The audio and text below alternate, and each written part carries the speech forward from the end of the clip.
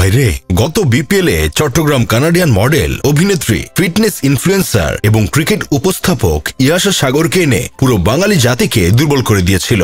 Single পোলাপানরা bedroom আর বাথরুমে দৌড়াদৌড়ি করে এতটাই কাহিল হয়ে গিয়েছিল যে স্বয়ং তামান্না ভাটিয়াও যদি বলতো আয় আজকে খালি বাড়ি, পোলাপান তারপরে যাওয়া শক্তিটুকু পেত না। না জানি এইবার চট্টগ্রাম হোস্ট হিসেবে কাকে না কাকে ধরে আনে। তবে সিঙ্গেল পোলাপানের দাবি এইবার হোস্ট হিসেবে কোরিয়ান অভিনেত্রী কিম জি ওনকে আনা হোক।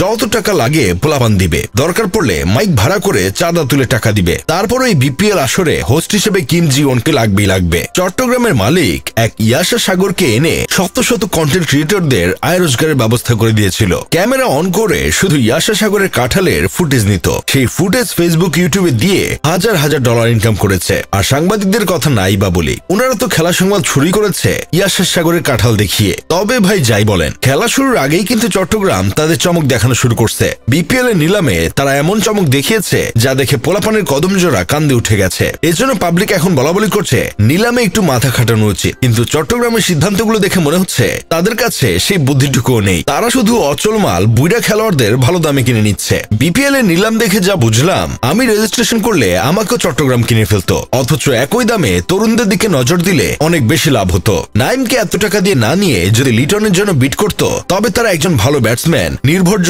কিপার আর শক্তিশালী অধিনায়ক পেতে পারত।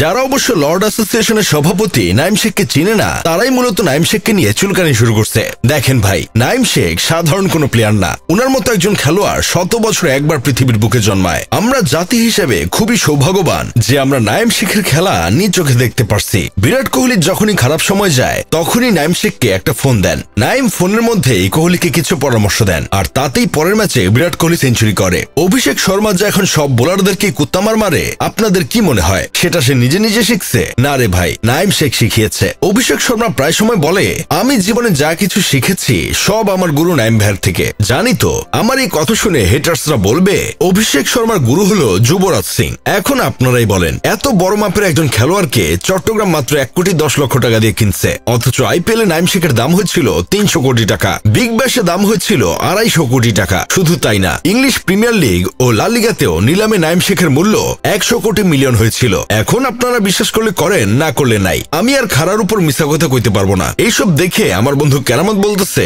নাইমের মূল্য 1,10,00,000 টাকা। যদি শুধু ছক্কা মারার হিসাব করি তাহলে প্রতি 6 জন্য নাইম শেখ পাবে 50,000 টাকা। এই টাকা শোধ করতে হলে নাইমকে ছক্কা মারতে হবে 220টা, অর্থাৎ নাইমকে প্রত্যেক ম্যাচে 22টি ছক্কা মারতে হবে। কোনো সমস্যা নেই, নাইম শেখের কাছে প্রতি ম্যাচে 22টা ছক্কা মারা কোনো ব্যাপারই না। যাই হোক, শেষমেশ আমি গোলাম হোসেন একটা কাজের কথা কই, আমার লিটিল মনে স্মল একটা কনফিউজ ওকে দিচ্ছে। দিন শেষে চট্টগ্রামের মালিক নাইম শেখের হাতে সোনার ব্যাংকের চেক না ধরাই দিলেই হয়।